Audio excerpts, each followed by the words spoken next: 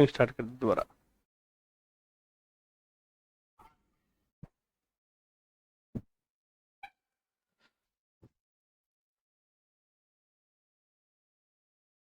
हाँ, अब चेक कीजिए।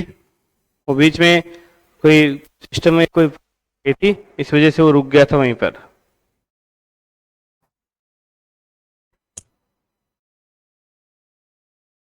हाँ भी, सभी को राम राम।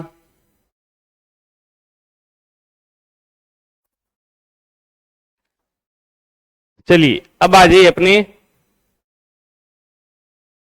आज हम करने वाले हैं गंगा की सहायक नदियां।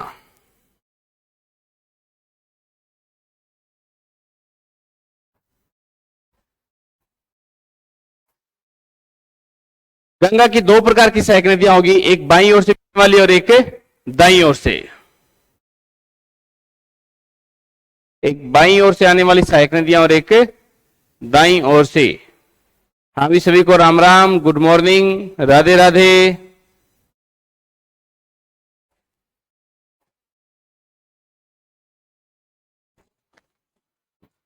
हाँ, नक्शे में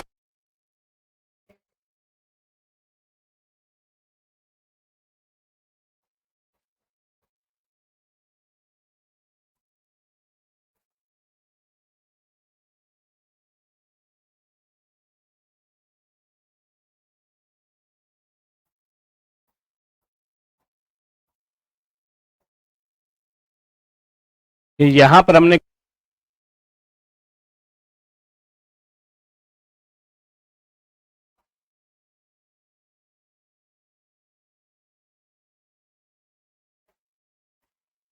यहां से होली निकल गई थी और ये गंगा आगे चली गई थी।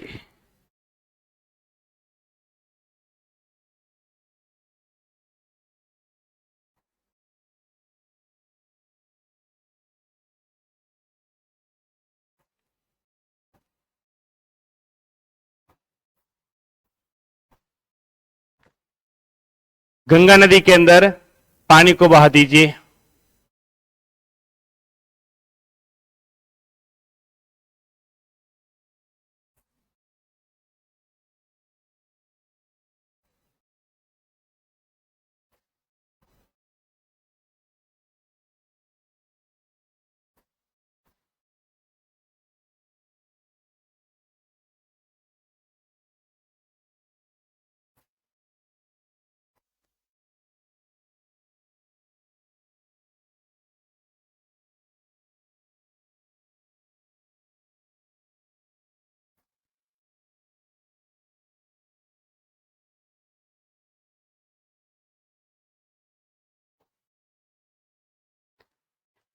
हम नाते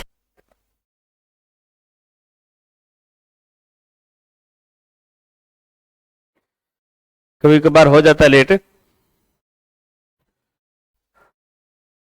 क्योंकि रात को बहुत लेट, लगभग 2 बजे सोया था, सुबह उठना। चलिए अब मनाते हैं हम गंगा की बाईं ओर से के नदियां। तो बाईं ओर से मिलने वाली देखिए, एक तो उत्तराखंड से ही आएगी और गंगा में आकर मिल जाएगी।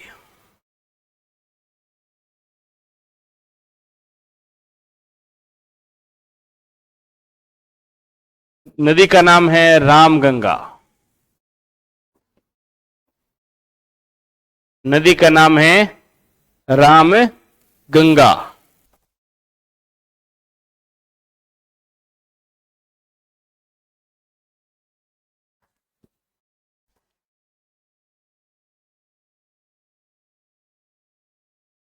नेपाल की सीमा से, नेपाल से आएगी और उत्तर प्रदेश में आकर मिल जाएगी गंगा नदी से। काफी नदी आने वाली है, कुल नजदीक नजदीक जितना हो सकता है। इसका नाम है गोमती।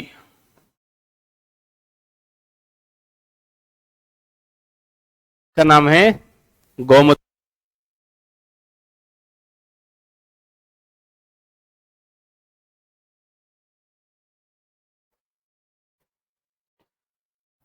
उसके बाद बीच में काफी जगह छोड़कर उत्तर प्रदेश की सीमा से होती हुई बिहार में जाकर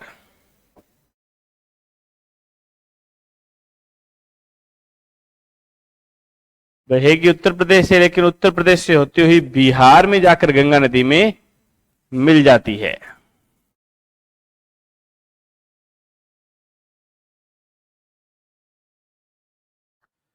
नदी का नाम है घाघरा। है घाघरा। और एक इस घाघरा की सहायक है, नेपाल से आएगी वो भी।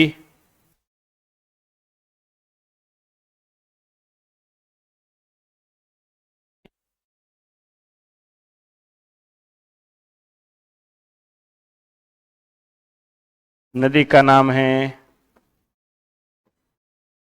शारदा। और इस शारदा की एक छोटी सी सहायक नदी है उत्तर प्रदेश में, सरयू।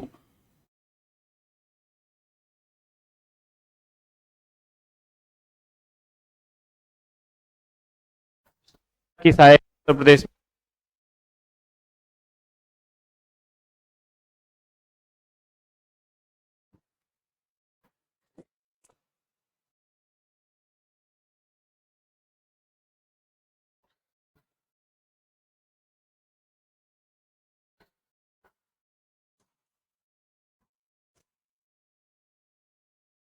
फिर नेपाल से एक और आएगी, सीधा नेपाल से आकर बिहार में। नेपाल से आएगी और बिहार में आकर गंगा में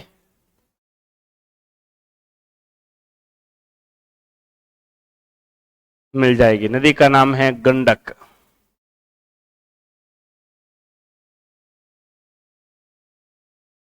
फिर एक और नदी नेपाल से आएगी और बिहार में आकर गंगा नदी में मिल जाएगी, कोसी नदी। और फिर लास्ट में एक छोटी सी नदी इस फरका विराज के पास, थोड़ा सा फरका विराज से पहले बिहार झारखंड में, महागंगा। महागंगा।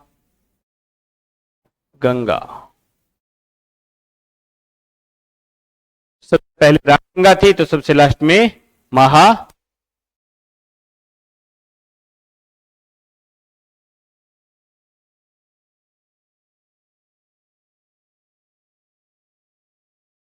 तैयारी।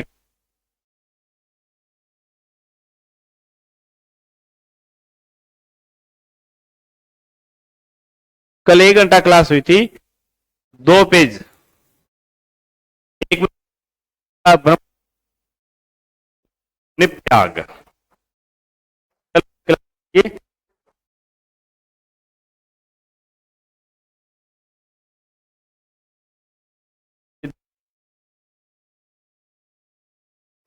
नदियां बना लीजिए जल्दी से।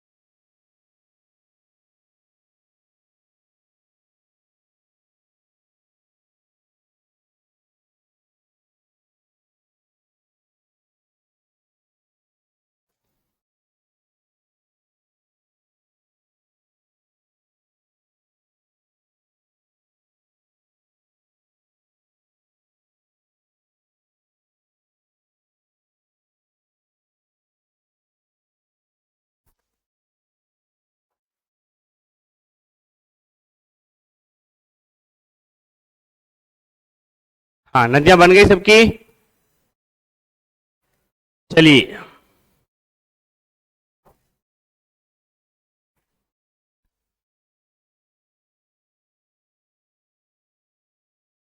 अब आगे चलते हैं।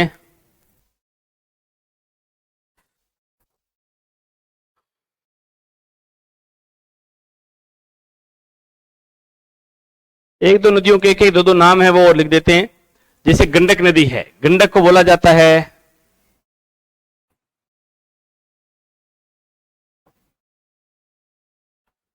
वैदिक काल में इसका नाम था सदा नीरा। वैदिक काल में गंडक को किस नाम से जानते थे? नीरते।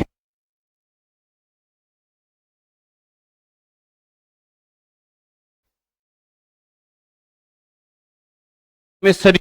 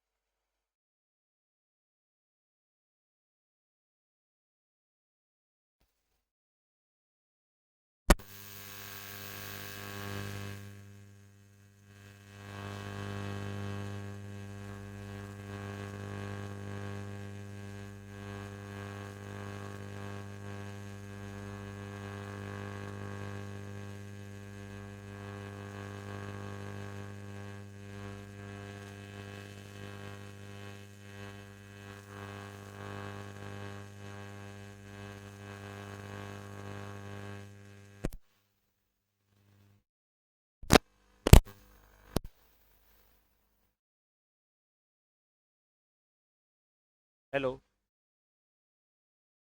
अब आवाज चेक कीजिए। हेलो, अब आवाज चेक कीजिए।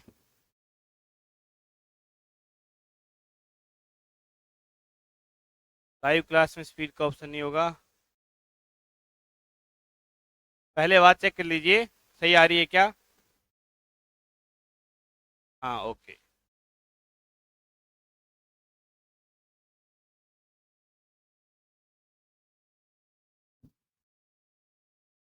ओके, फिर इसी से चलते हैं अपने। हाँ, तो गंडक, देखिए गंडक को वैदिक काल में किस नाम से जानते थे? सदा नीरा। अब गंडक जहां मिलता है उसको नीरना चाहिए, नहीं नीरना चाहिए?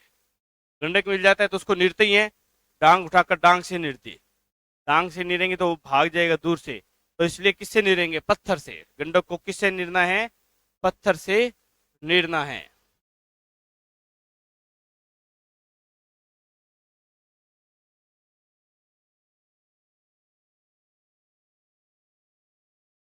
गंडक को पत्थर से नीरना है। तो गंडक पत्थर, पत्थर भी इसी के अंदर मिलेगा हमें। इसी के अंदर पाया जाता है सालीग्रामी। सालीग्राम नामक पत्थर, और इस नदी को नेपाल में बोलते हैं सालीग्रामी। ये सालीग्राम नाम का पत्थर भी मिलेगा हमें इस नदी के अंदर। और उसे, वो बहुत ही खूबसूरत पत्थर होता है जिसे लोग घरों में सजावट के लिए भी रखते हैं, और सालीग्राम महाराज के रूप में उसकी पूजा भी की जाती है। सालीग्राम महाराज के रूप में उसकी पूजा भी की जाती है। और इसी को कहा जाता है नारायणी। नारायणी नदी। कोसी नदी जो है इसको कहा जाता है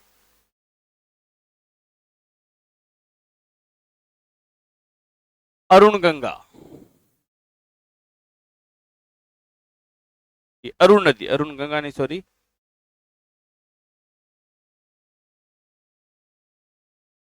अरुण नदी, या इसे कहते हैं बिहार का शोक। बिहार का शोक। अरुण नदी या बिहार का शोक के नाम से भी जानते हैं कोसी नदी को।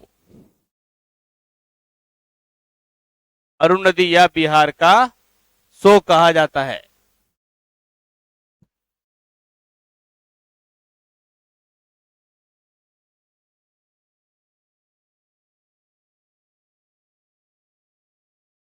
अब आते हैं नदियों के उद्गम पर।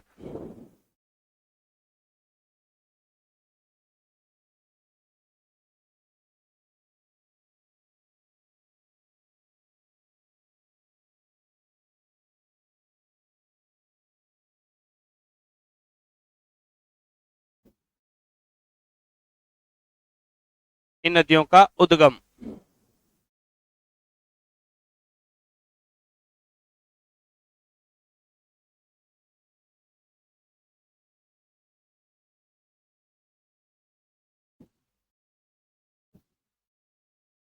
नदियों के उद्गम में देखिए, रामगंगा का उद्गम होता है नैनीताल से। रामगंगा का उद्गम कहां से होता है? नैनीताल। नैनीताल से रामगंगा का उद्गम होता है नैनीताल से। शोक क्या होता है ये भी हम बात करेंगे, जब उसको करेंगे तो उसको डिटेल से और कर लेंगे। अभी उद्गम लिख लीजिए, उसके जस्ट बाद हम करते जाएंगे। गोमती का उद्गम। गोमती का वैसे एक पर्टिकुलर कोई स्थान नहीं, क्योंकि बहुत सारे शाखाओं से मिलकर बनते हैं, इसलिए सीधा लिख सकते हो इसका नेपाल। गोमती का उद्गम सीधा सीधा हम लिख सकते हैं नेपाल।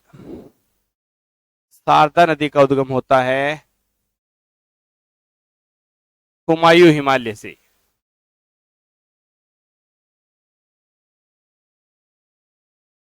कुमायूं हिमालय के मिलाम हिमनद से। मिलाम हिमनद। कुमायूं हिमालय के मिलाम हिमनद से शारदा नदी का उद्गम होता है।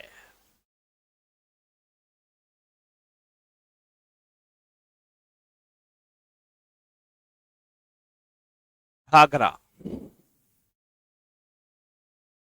घाघरा नदी का उद्गम होता है तिब्बत के अंदर।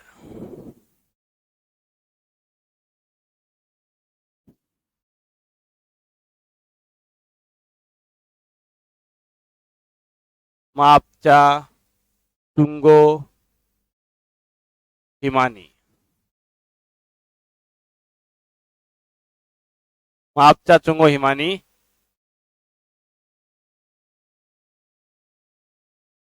तिब्बत में। मापचा चुंगो हिमानी तिब्बत में उद्गम होता है कौन सी नदी का?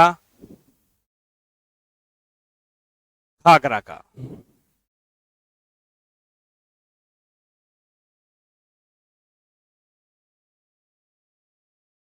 हाँ, जसवंत नागर जी आ जाएगा, सारी बातें करेंगे हम। गंडक नदी का उद्गम सीधा नेपाल से, और कोसी नदी का उद्गम हो जाएगा गोसाई थान चोटी,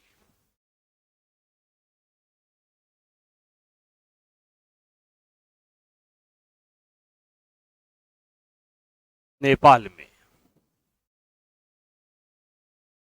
गोसाई थाने चोटी नेपाल में। तो ये जो प्रमुख प्रमुख नदियां थी, इनका ये उद्गम हो जाता है। सोनम जी, नदी मैप में ही बनवानी है सारी।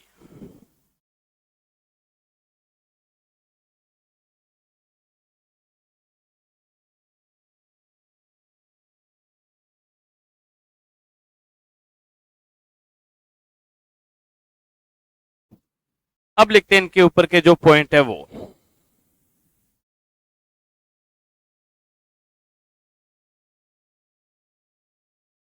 रामगंगा का उद्गम हो गया नैनीताल से। उत्तराखंड और उत्तर प्रदेश की सीमा पर इस पर एक बांध बना हुआ है, पंचेत। पंचेल हिल बांध।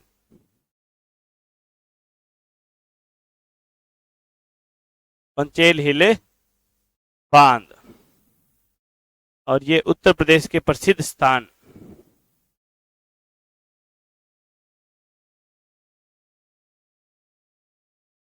कन्नौज के निकट गंगा नदी में मिल जाती है।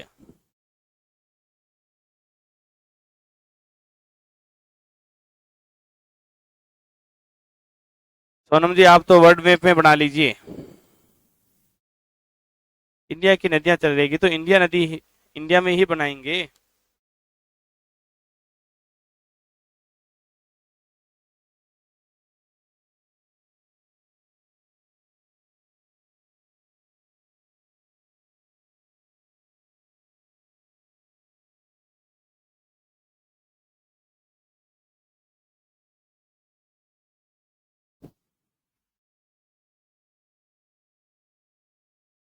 हाँ नीचे लिख लीजिए, नीचे सारी जगह खाली है। दाई वाली नदियां हम अलग से बनाएंगे।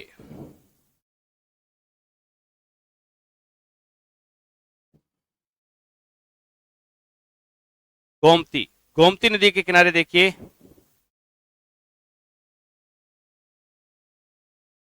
उत्तर प्रदेश की राजधानी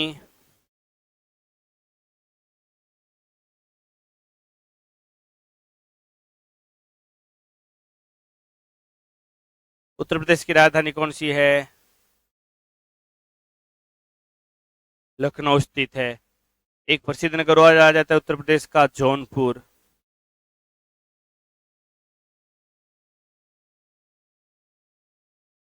और फिर गाजीपुर के निकट,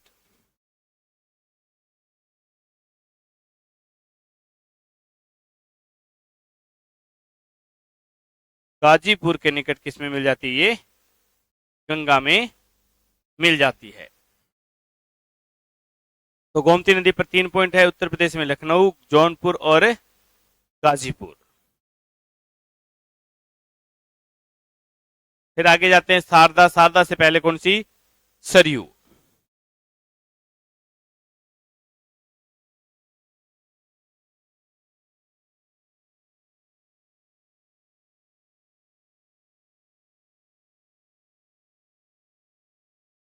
गाजीपुर उत्तर प्रदेश, ये उत्तर प्रदेश के अंदर ही है सारी पॉइंट। लखनऊ, जौनपुर, गाजीपुर।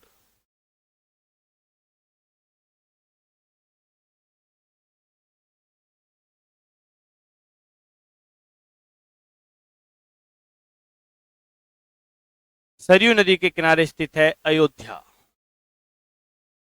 ये मोस्ट मोस्ट इंपोर्टेंट नगर है, इस बार पूछा जा सकता है, क्योंकि अयोध्या में बनाया जा रहा है क्या? राम मंदिर। अयोध्या में क्या बन रहा है? राम मंदिर। और इसी कारण ये चर्चा में रहा है, तो ये कई बार आ भी चुका है।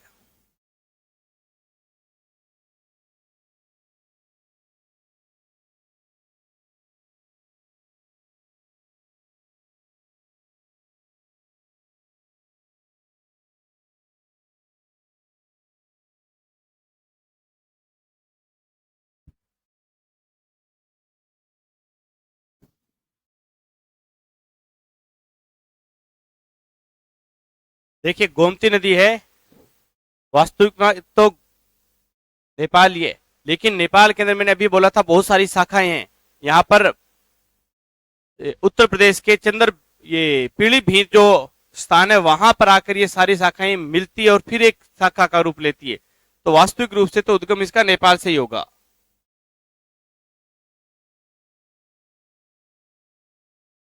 सरयू के किनारे किनारे क्या है? अयोध्या। फिर आगे चलते हैं। ये सरयू नदी मिल जाती है किसमें?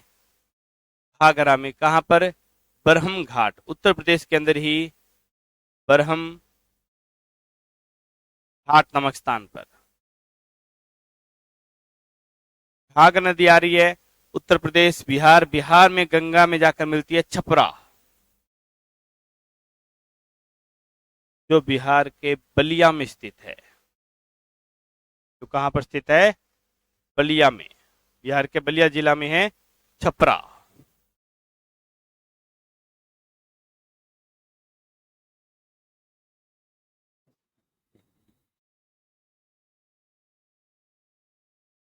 फिर आते हैं गंडक पर। गंडक को मैंने कह ही दिया था कि नेपाल के, जैसे नेपाल में इसका उद्गम स्थल है हनुमान नगर,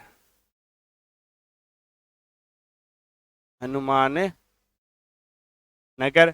उत्तर प्रदेश से शालिग्रामी या नारायणी के नाम से जाना जाता है। वैदिक काल में इसे किस नाम से जाना जाता था? सदानीरा के नाम से। वैदिक काल में इसे सदानीरा कहते थे। और इसके अंदर पाए जाते हैं शालिग्राम पत्थर।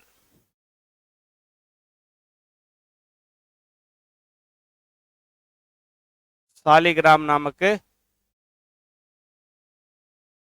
पत्थर जो पाए जाते हैं, यानी कि गोल मटोल चिकने, बिल्कुल गोल मटोल चिकने पत्थर जो है वो कहां पर पाए जाते हैं? गंडक नदी के अंदर पाए जाते हैं। और इन पत्थरों को लोग घरों में सजावट के लिए भी रखते हैं और शालिग्राम महाराज के रूप में इनकी पूजा भी की जाती है।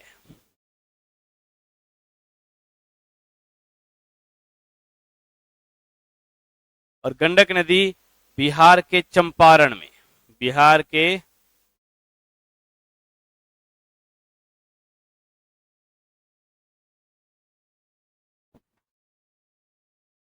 चंपारण के पास आकर किसमें मिल जाती है?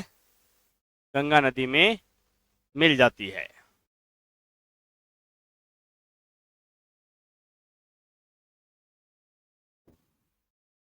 फिर आती है कोसी। कोसी की खास बात क्या है? इसको बिहार का सो क्यों कहते हैं? देखिए, भारत में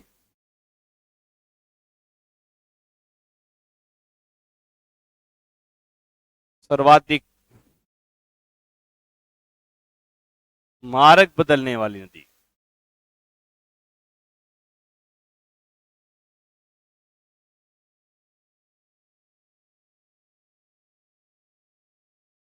बिहार में सबसे ज्यादा, भारत में सबसे ज्यादा मार्ग बदलने वाली नदी कोई है तो वो कौन सी है?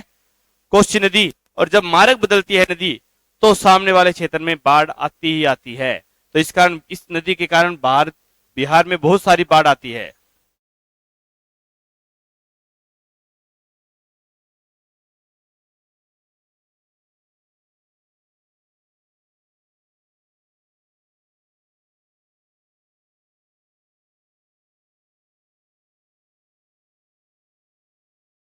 तो गंडक नदी बिहार के अंदर आकर, बिहार में जो प्रसिद्ध चंपारण, चंपारण सत्याग्रह हुआ था, कभी चंपारण में सत्याग्रह हुआ था, और उसी चंपारण के समीप, चंपारण के समीप आकर इसमें मिल जाती है, गंगा में मिल जाती है। और उधर भारत में सर्वाधिक मार्ग बदलती है। मार्ग बदलने के कारण क्या आती है? बाढ़ आती है। और बहुत सबसे ज्यादा बाढ़ आती है इसी क्षेत्र में, बिहार में। इस कारण इसे क्या कहा जाता है? बिहार का शोक कहा जाता है।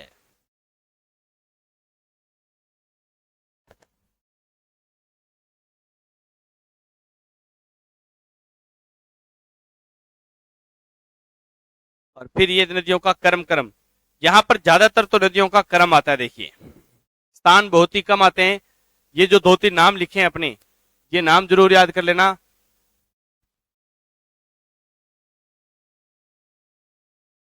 देखो, रामगंगा राजस्थान भारत की आ गई, जो नेपाल से आ रही। देखो, गोमती शारदा का घाघरा, गोमती शारदा का घाघरा गंडक कोसंदूर लेकर भाग गए।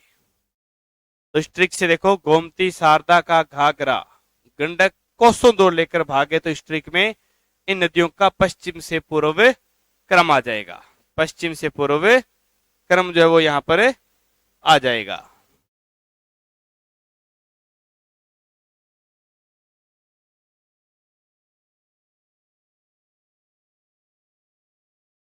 तो ये हो जाती है अपनी गंगा की बाईं ओर से मिलने वाली सहायक नदियां। अब हम बात करेंगे गंगा की दाईं ओर से मिलने वाली सहायक नदियों की।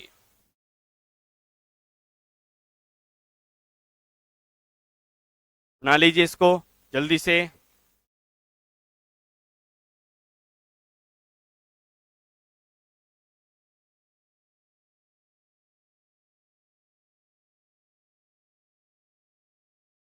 तड़ाका, ब्रह्मपुत्र, सतलुज, चिनाब नदी, ये आ जाएगी बातें भी आगे। ब्रह्मपुत्र भी करेंगे।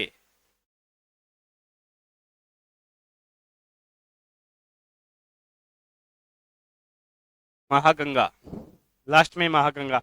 वापिस देखिए, सबसे पहले रामगंगा और लास्ट में महागंगा।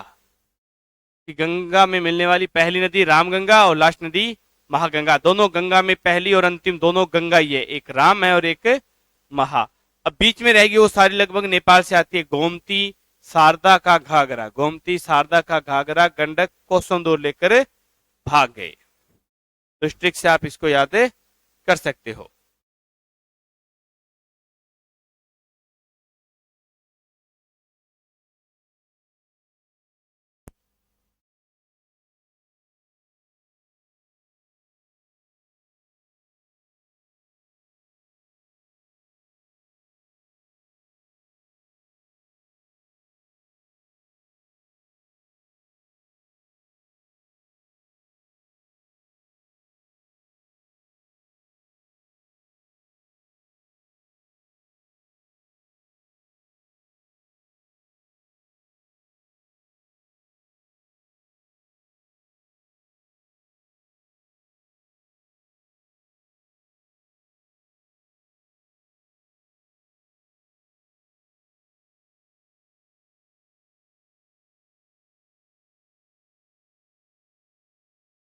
चलिए नेक्स्ट नक्शे पर।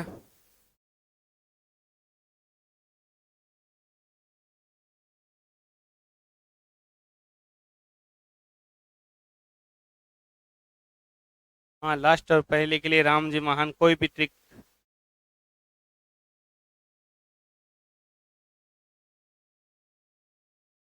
जब नदी आएगी तो वहां पर दामोदर भी आ जाएगी, अभी आ जाएगी देखिए।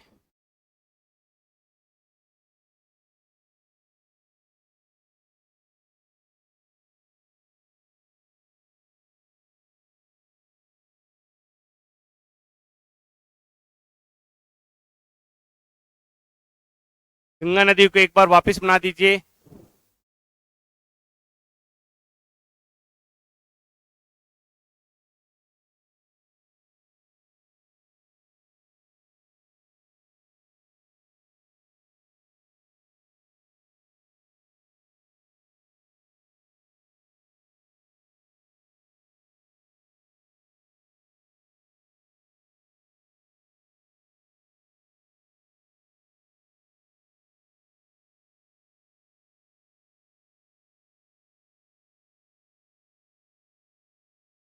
नदी में पानी जरूर बहा देना, सूखी रखोगे तो पाप लगेगा।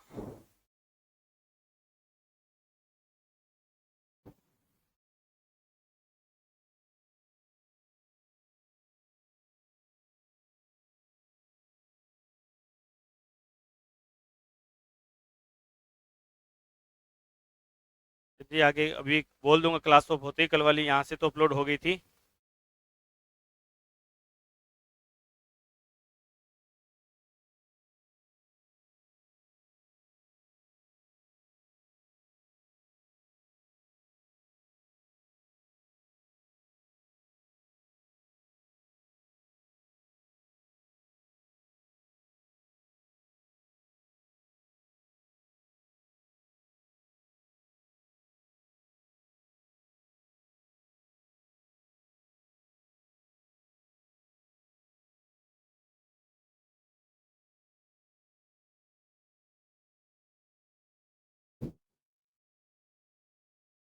गंगा नदी बन गई, अब इसके बनाते हैं हम सहायक नदियां।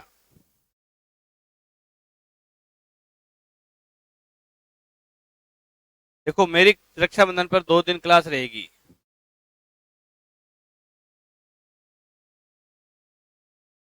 हाँ, जसवंत नागर जी, पानी पी पी कर ही पढ़ा रहा हूँ।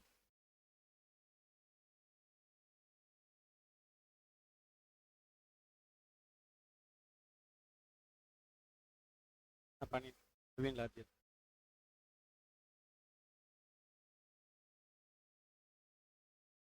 अब बनाते हैं हम यमुना।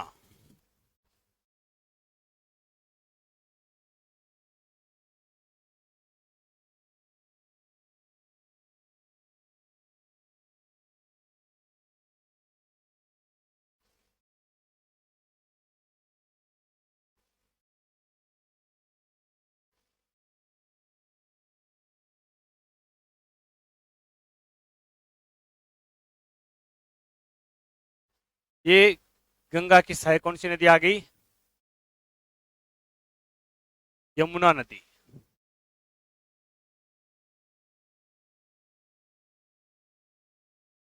गंगा की सबसे बड़ी सहायक नदी। हाँ, 30 और 31 की छुट्टी रहेगी।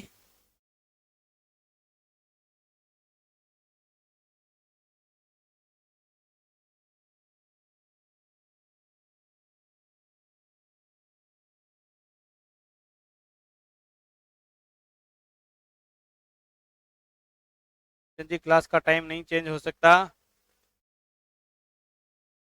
खेतों का घर का काम कर लीजिए, कोई बात नहीं, ये क्लास अपलोड हो जाती है बाद में, एक दिन लेट रहेगी। हाँ, यमुना की सहायक नदियों में देखिए, एक तो इधर से आती है अपने,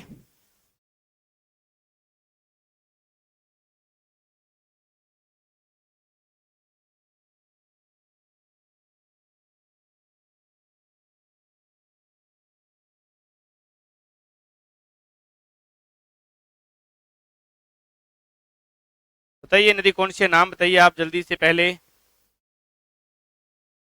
राजस्थान के बसिंदे हो तो राजस्थान वाली नदियों के नाम तो आप ही बता सकते हो।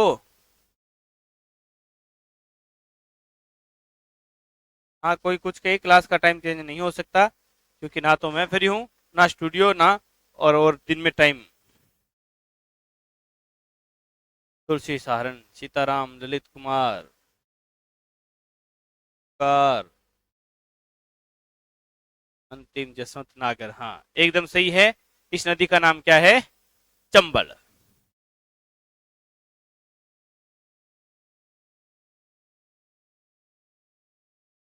चंबल नदी। फिर इस यमुना में दो नदियां और मिल जाती है, मध्य प्रदेश से जाएगी और जाकर सीधा यमुना में मिल जाती है।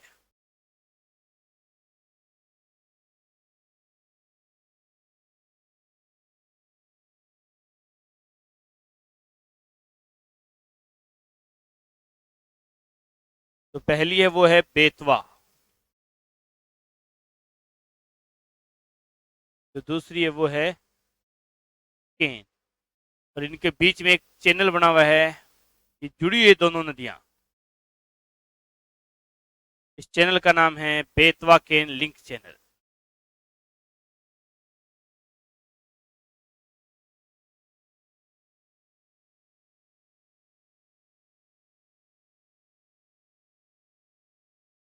बेतवा केन लिंक चैनल।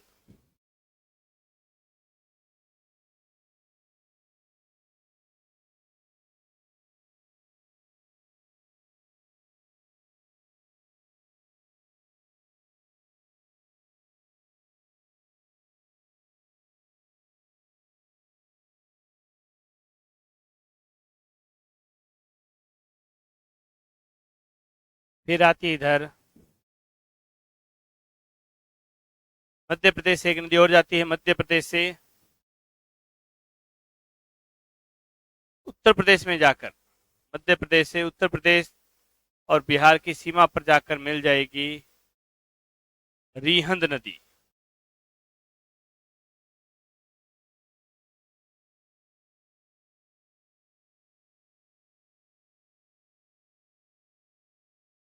फिर आती है इंपॉर्टेंट नदी एक और, जो छत्तीसगढ़, मध्य प्रदेश की सीमा, यहां से चलेगी छत्तीसगढ़, फिर झारखंड, और फिर बिहार में जाकर गंगा से मिल जाएगी। मोस्ट इंपोर्टेंट है, ये नदी कई बार आ चुकी है, इसका उद्गम ज्यादा इंपॉर्टेंट है। नदी का नाम है सोन।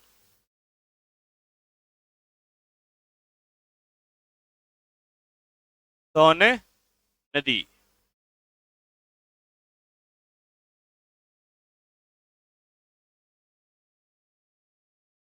राजस्थान ज्योग्राफी मैप में तो करते हैं। जसवंत नागर जी, चैनल क्या होता है अभी चर्चा करेंगे डिटेल से, पहले एक बार नदियां लिख लें, इसीलिए मैंने बस लिख के छोड़ दिया था एक बार। बेतवा केन लिंक चैनल, लास्ट नदी है, झारखंड से निकलेगी, झारखंड से पश्चिम बंगाल में हुगली में जाकर मिल जाएगी।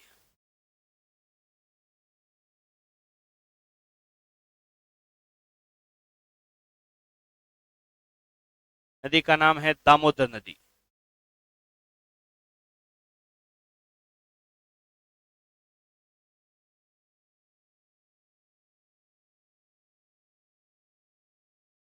दामोदर नदी।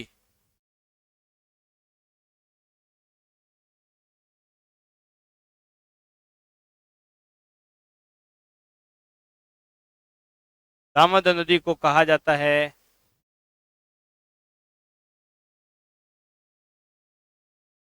बंगाल का, तो कहा जाता था, अब कहा जाता है इसे बंगाल की जीवन रेखा। पहले कभी ये बंगाल का शोक हुआ करती थी और अब हो चुकी है बंगाल की जीवन रेखा।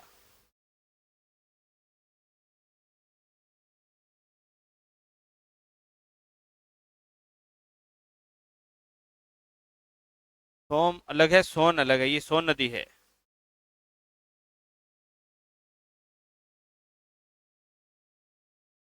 हुगली नदी कौन सी है सर? अरे ये गंगा का, जो पश्चिम बंगाल में गंगा के जो पार्ट पश्चिम बंगाल में बहा था, गंगा का ही रूप है ये। एक पद्मा के रूप से आगे चली गई थी और एक किस नाम से? हुगली।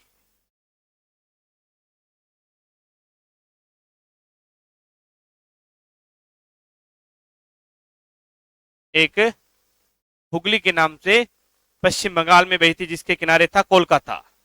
कल लिखा था हमने।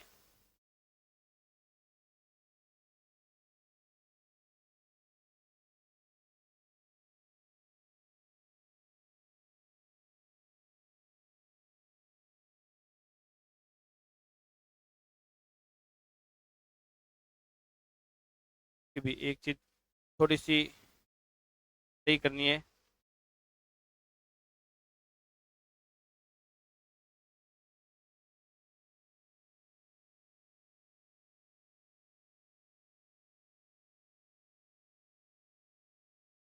ये जो रिहंद नदी है, ये बिहार में जाकर किसमें मिलेगी? सोन में मिल जाती है। रिहंद नदी बिहार में जाकर किसमें मिलती है? सोन नदी में मिलती है। उत्तर, ये गंगा में नहीं मिलती डायरेक्ट, ये पहले सोन में मिलेगी और फिर सोन मिलेगी गंगा में जाकर। तो लगभग नदियां आ चुकी है। अब लिख लेते हैं पहले इनका उद्गम और फिर इनके ऊपर जो पॉइंट होगा वो।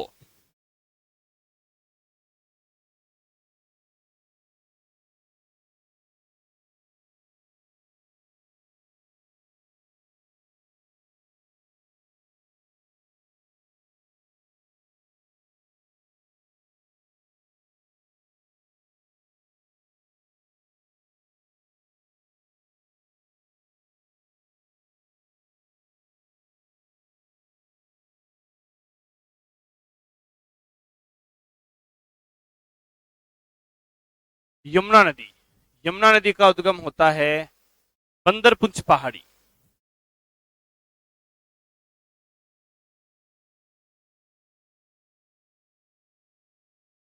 बंदरपुंछ पहाड़ी के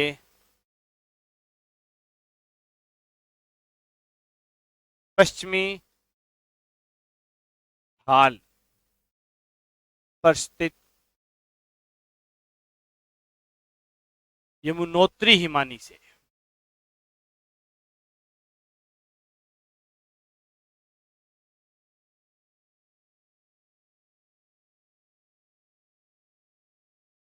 यमुना नदी का उद्गम होता है बंदरपुंछ पहाड़ी के पश्चिमी ढाल पर स्थित यमुनोत्री हिमानी से।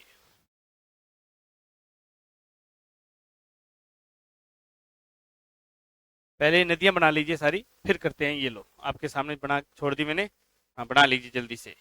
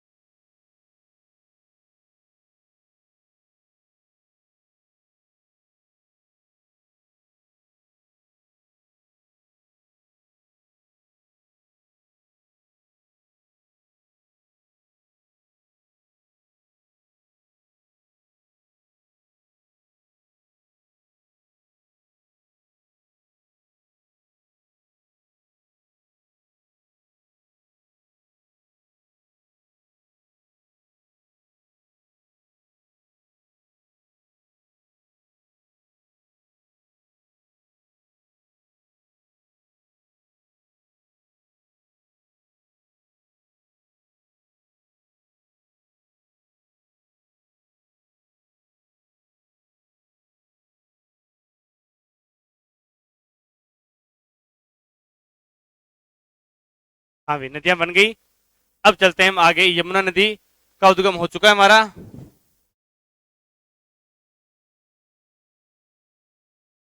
चंबल नदी का उद्गम,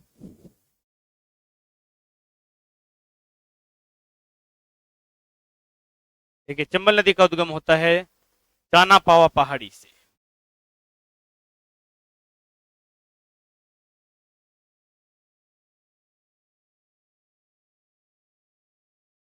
चंबल नदी का उद्गम होता है जाना पावा पहाड़ी से।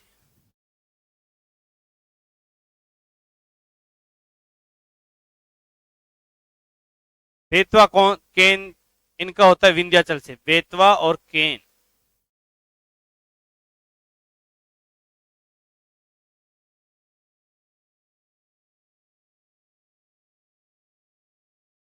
विंध्याचल,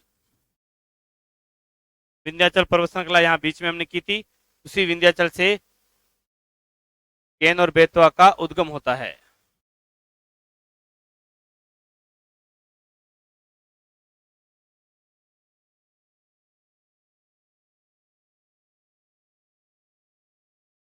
सोन, सोन नदी का उद्गम होता है अमरकंटक पहाड़ी से।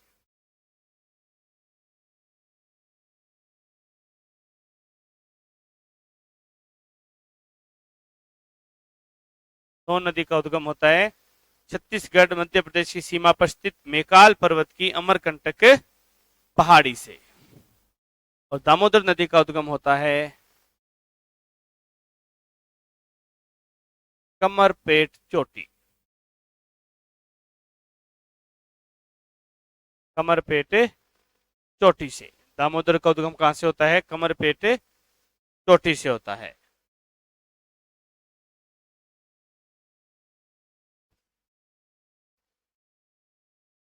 अब लिखते हैं इनके महत्वपूर्ण, जो जो इनके ऊपर महत्वपूर्ण पॉइंट है वो सारे के सारे। सबसे पहले हम चलेंगे यमुना से। लिख लीजिए उद्गम, वापिस बोल रहा हूं, यमुना का उद्गम बंदरपुंज पहाड़ी के पश्चिमी ढाल पर स्थित यमुनोत्री हिमानी से। चंबल का जाना पावा, चंबल राजस्थान की जान है तो कहां से निकलेगी? जाना पावा से। चंबल राजस्थान की जान है तो जाना पावा से निकलती है। बेतवा और केन का उद्गम होता है विंध्याचल पर्वत श्रृंखला से। तो अमरकंटक, अमरकंटक से निकलती है कौन सी? सोन नदी। जो सोम रस पीता है वो अमर हो जाता है। अमरकंटक से निकलती है सोम नहीं, सोन नदी। और दामोदर, दामोदर लंबे पेट वाले होते हैं, बड़े पेट वाले। गणेश जी को क्या कहा जाता है? जिसका पेट बड़ा हो वो कहलाता है दामोदर, यानी कि बड़ा उदर, पेट बड़े वाला। और पेट यानी कि कमर, कमर पेट। तो दामोदर का तो नाम से ही पता चल रहा है हमें कहां से उद्गम होगा? कमर पेट चोटी से। जो प्रमुख प्रमुख है उनके हमने उद्गम लिख लिए। जो छोटी बड़ी नदियां आगे बीच में वो हमने छोड़ दी। रिहंद रह गई है, जैसे उत्तरी कोयल छोड़ दी हमने, छोटी छोटी नदियां हमने छोड़ दी काफी सारी। अब आ जाइए यमुना नदी पर वापस।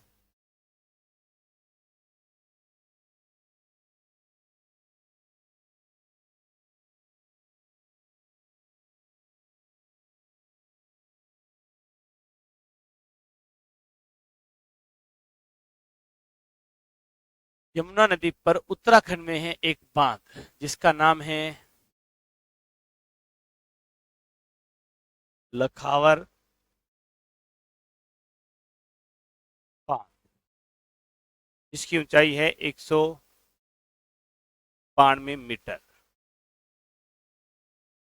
लखावर बांध जिसकी ऊंचाई कितनी है? 192 मीटर। और ये कंक्रीट निर्मित दूसरा सबसे ऊंचा बांध है। कंक्रीट निर्मित दूसरा सबसे ऊंचा बांध है।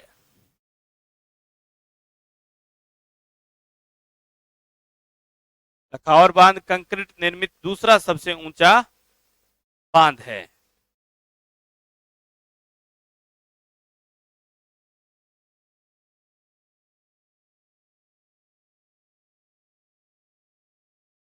तो आप बता दीजिए कंक्रीट निर्मित सबसे ऊंचा बांध कौन सा है? कंक्रीट निर्मित सबसे ऊंचा बांध।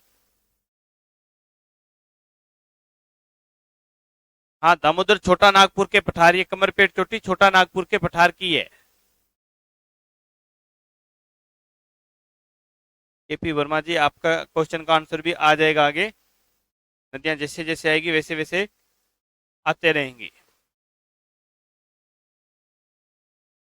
कुछ दूर ये हरियाणा और उत्तर प्रदेश की सीमा बनाती है, फिर आती है इस पर भारत की राजधानी नई दिल्ली। उत्तर प्रदेश के दो प्रसिद्ध नगर आ जाते हैं इस पर,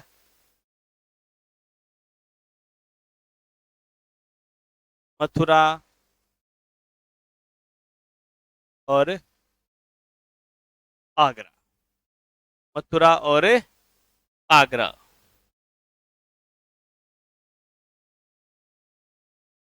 9 बजे तक होती है क्लास।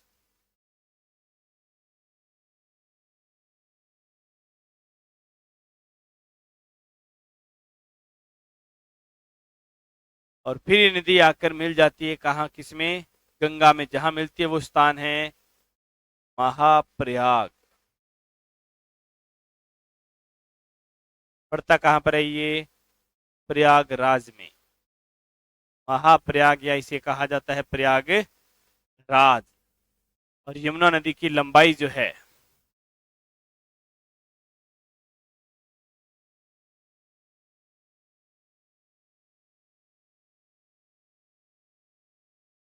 यमुना नदी की लंबाई है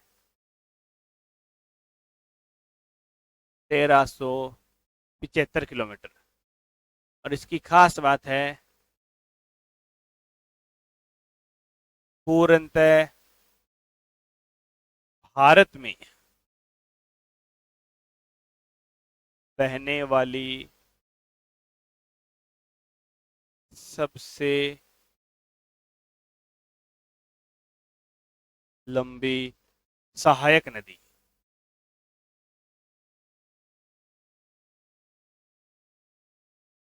पूर्णतः भारत में बहने वाली सबसे लंबी सहायक नदी।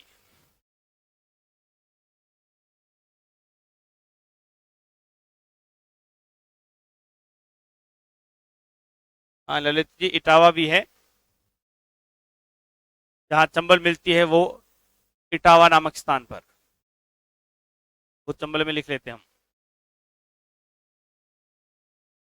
मथुरा, आगरा, इटावा, महाप्रयाग या प्रयागराज नामक स्थान पर ये आकर किसमें मिल जाती है?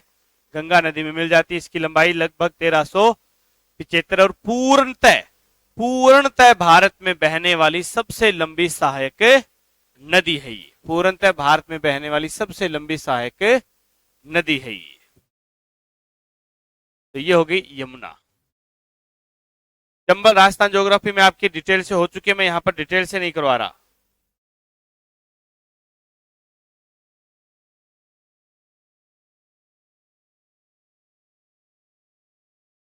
राजस्थान ज्योग्राफी के अंदर चंबल नदी आपकी हो चुकी है। मैं तो बस इतना लिख रहा हूं, इसके किनारे एक तो कोटा शहर है। कौन सा शहर है? कोटा। इस पर 4 बांध है। इस पर कितने बांध है चंबल पर? 4 बांध है। नाम सीधे बोलकर बता रहा हूं, राजस्थान में डिटेल से आ जाते हैं आपके।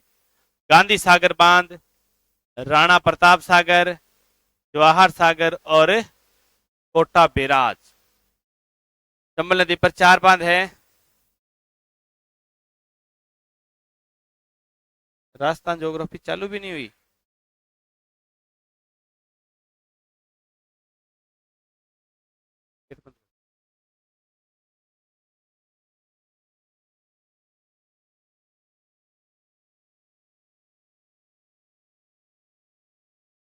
कोई बात नहीं, राजस्थान ज्योग्राफी जब स्टार्ट होगी तो वहां पर ये डिटेल से करवा दी जाएगी आपको। एक गांधी सागर बांध है, राणा प्रताप, जवाहर सागर और कोटा बैराज। चंबल को हम यहाँ पर डिटेल से नहीं करने वाले हैं। हाँ, चंबल की लंबाई याद कर लेना, 1051 किलोमीटर है। ये लंबाई इसलिए लिखा रहा हूं क्योंकि बहुत सी जगह 966, 965 ये आंकड़ा मिलेगा, जो आंकड़ा पुराना हो चुका है। वर्तमान में नए आंकड़े पढ़ने हैं, तो नए आंकड़ों में चंबल नदी की लंबाई है 1051 किलोमीटर।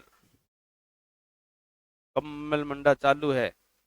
ललित कुमार, आपका बैच अलग हो सकता है। राजस्थान ज्योग्राफी तो स्टार्ट है ही है, जो राजस्थान के बैच है वहां पर तो स्टार्ट है। और इंडिया वाले में इतनी बात पूछी जाती है चंबल से। 4 बांधों के नाम और बता दिए मैंने आपको। अब आती है बेतवा और केन। बेतवा केन इंपोर्टेंट किसके कारण हो चुकी है? बेतवा केन लिंक चैनल के कारण। लिंक चैनल क्या है? देखो, एक अभियान चलाया गया था, एक क्रांति आई थी, अमृत क्रांति।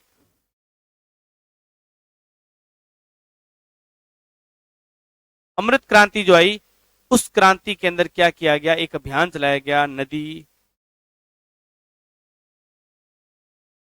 जोड़ो अभियान। नदी जोड़ो अभियान। और इस नदी जोड़ो अभियान के तहत जुड़ने वाली पहली जो नदी है वो कौन सी है?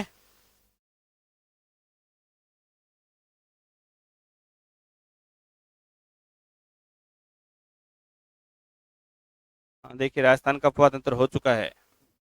लगभग सबका मैसेज आ रहा है राजस्थान का अफवाह तंत्र हो चुका है। हाँ, तो वहां पर हो चुकी है ललित जी। तो देखो, अमृत क्रांति एक क्रांति, जैसे हम कृषि क्रांति पढ़ते हैं कृषियों में, वैसी प्रकार एक अमृत क्रांति थी। और अमृत क्रांति के अंदर कौन सा अभियान चलाया गया?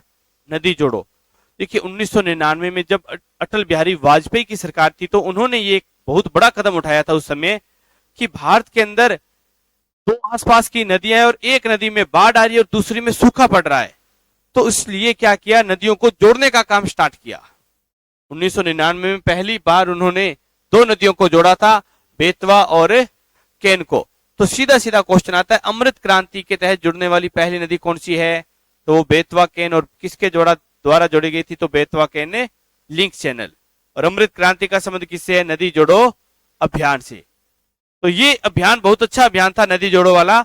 लेकिन क्या होता है, कोई भी गवर्नमेंट अपना कोई भी कार्य करे, अगर बीजेपी अच्छा काम करेगी तो कांग्रेस उसको रोकेगी, कांग्रेस अच्छा करेगी तो उसको बीजेपी रोकेगी। यानी कि एक दूसरे, हमेशा सरकारें जो होती है वो एक दूसरे के खिलाफ ही होती है हमेशा। तो ये योजना अच्छी थी, लेकिन बीच में 10 साल कांग्रेस की सरकार रहने की वजह से इस योजना पर कार्य नहीं हुआ। वापिस बीजेपी की सरकार आई, तो पहली योजना में, दूसरी योजना में, भारत में कई ऐसी जगह हैं जहां पर नदियों को जोड़ दिया गया है लिंक चैनलों से।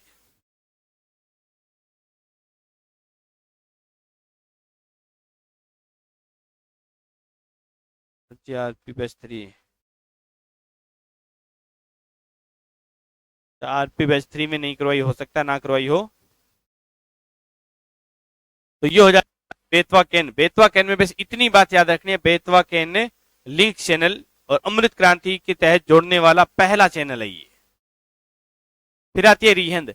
रिहंद नदी पर उत्तर प्रदेश मध्य प्रदेश की सीमा पर एक जलाशय यानी कि बांध बना हुआ है, जिसको जलाशय बोल देते हैं हम, गोविंद वल्लभ पंत जलाशय। ये जलाशय है किसका? तो यहां पर रिहंद नदी पर बना हुआ है रिहंद बांध। कौन सा बांध है? रिहंद बांध। और रिहंद बांध का जलाशय है गोविंद वल्लभ पंत जलाशय। गोविंद वल्लभ पंत जलाशय। चैनल क्या होता है? चैनल 2 नदियों को आपस में जोड़ने का जो कार्य किया जाता है, यहां पर चैनल शब्द उसके लिए प्रयोग हुआ है। जब नदियों के नाम के साथ चैनल शब्द आ जाए, देखिए चैनल अलग अलग जगह जहां पर यूज होगा वहां पर इसका अर्थ अलग अलग हो जाएगा। नदियों के साथ है बेतवा केन लिंक चैनल, यानी कि इन 2 नदियों को जोड़ रहा है। हमने पहले पढ़े थे 8 डिग्री चैनल, 9 डिग्री चैनल। वो क्या कर रहे थे? 2 स्थल खंडों को अलग कर रहे थे।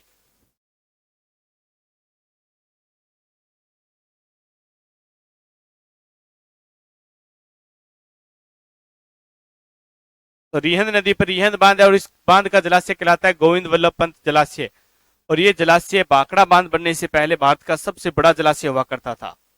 आज भी बहुत सारी बुकें तो गोविंद वल्लभ पंत बांध को ही भारत का सबसे बड़ा बांध आती है, लेकिन वो है वास्तव में गोविंद सागर। गोविंद सागर जलाशय बड़ा है। बहुत सारी बुकों में आज भी गोविंद वल्लभ पंत जलाशय को सबसे बड़ा जलाशय बता रखा है। तो अमरकंटक से निकलती है सोन, और सोन जाकर मिल जाती है बिहार। बिहार की राजधानी पटना। तो पटना है गंगा और सोन नदी के संगम पर। पटना है गंगा और सोन नदी के संगम पर।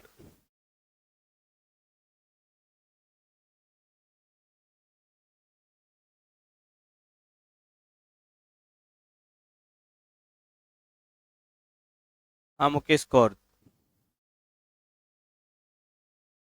दो नदियों को जोड़ने का जो मार्ग है वो कहलाता है लिंक चैनल। अब आ जाइए दामोदर नदी पर। इनकी लंबाइयां नहीं लिखनी, जो काम किया वो लिखा दी मैंने।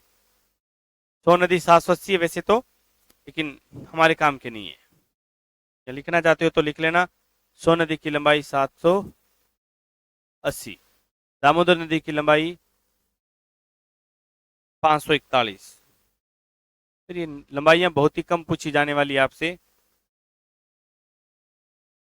दामोदर नदी पर देखो एक परियोजना चलाई गई थी,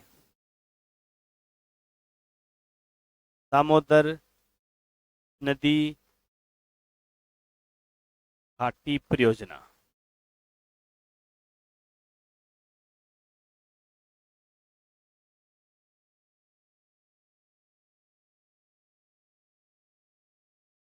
उन्नीस सौ 48 में दामोदर नदी घाटी परियोजना। और इस परियोजना के तहत यहाँ पर कई बार बांध बनाए गए थे। तिलैया बांध था, गोरिया बांध था, पंचेत हिल बांध था। तो इस प्रकार 8 बांध बनाए गए थे टोटल। दामोदर नदी घाटी परियोजना में कितने बांध बने? 8 बांध बनाए गए। और इन 8 बांधों के कारण, क्या याद रख लेना, नाम कोई जरूरी नहीं है, इन 8 बांधों के कारण जो नदी कभी बंगाल का सो कहलाती थी वही नदी बन गई बंगाल की जीवन रेखा। तो दामोदर नदी को क्या कहा जाता था पहले? बंगाल का शोक, और वर्तमान में हो चुकी है बंगाल की जीवन रेखा। और दामोदर नदी घाटी परियोजना जो है ये स्वतंत्र भारत की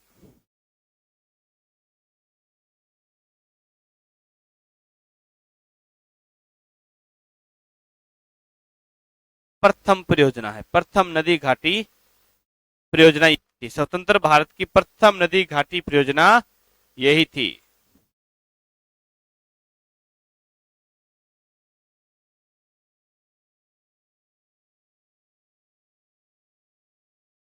484 नहीं होगी, 780 है। 730 हो सकता है कई जगह, क्योंकि 8 मिस टाइप करते समय कई बार 8 की जगह 3 लिख दिया जाता है। स्वतंत्र भारत की प्रथम परियोजना है दामोदर नदी घाटी परियोजना। और ये विश्व की पहली टेंसी नदी घाटी परियोजना। विश्व की प्रथम कौन सी है?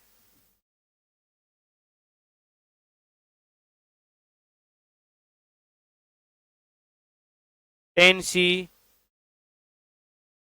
नदी घाटी परियोजना।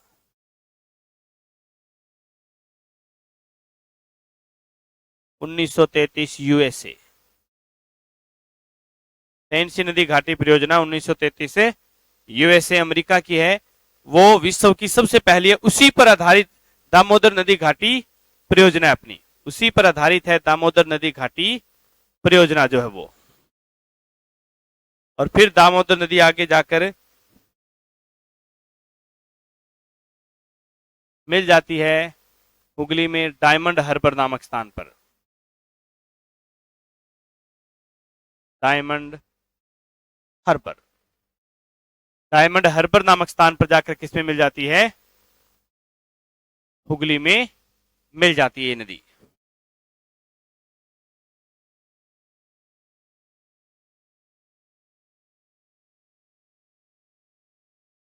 हाँ, ये नदियां कंप्लीट हो चुकी है अब सारी अपनी।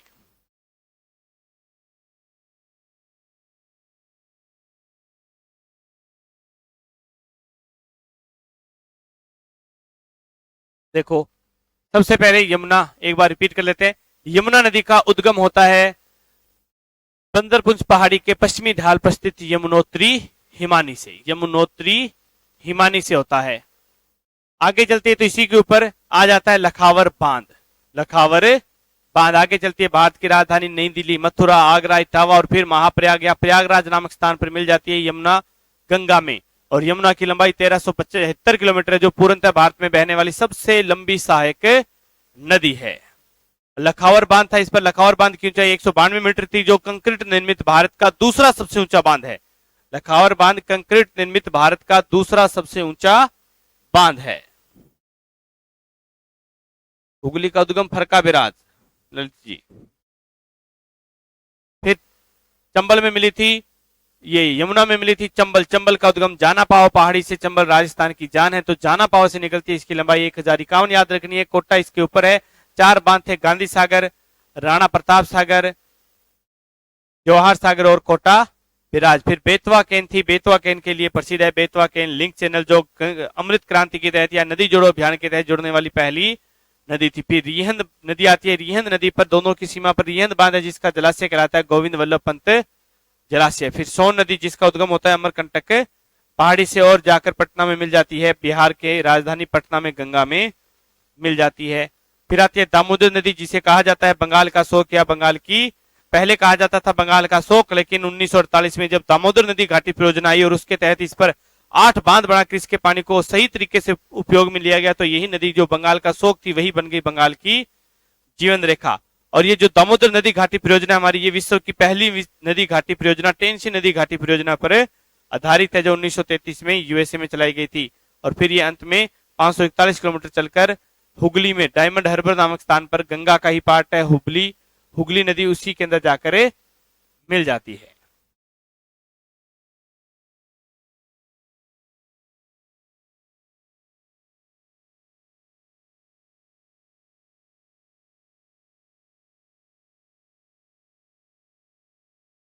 तो ये हो जाती है गंगा की दाईं ओर से मिलने वाली सहायक नदियां।